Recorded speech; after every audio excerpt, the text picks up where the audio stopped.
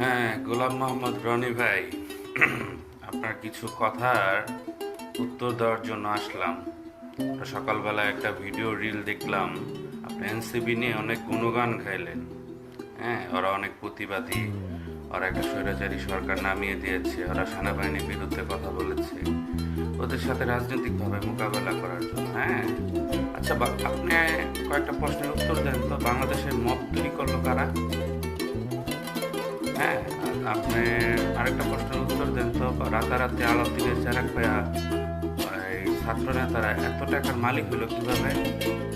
আপনি আরেকটা প্রশ্নের উত্তর দেন তো। আমেরিকার সাথে যে নন ডিসক্লোজার চুক্তি হইলো, এসব ছাত্র নেতারা চুপচাপ কেন?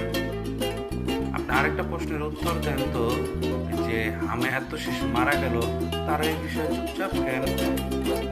রনি ভাই, ভয় পাইতেছেন আমি লিগাই পরীক্ষা ওদের সাপোর্ট দিতেছেন?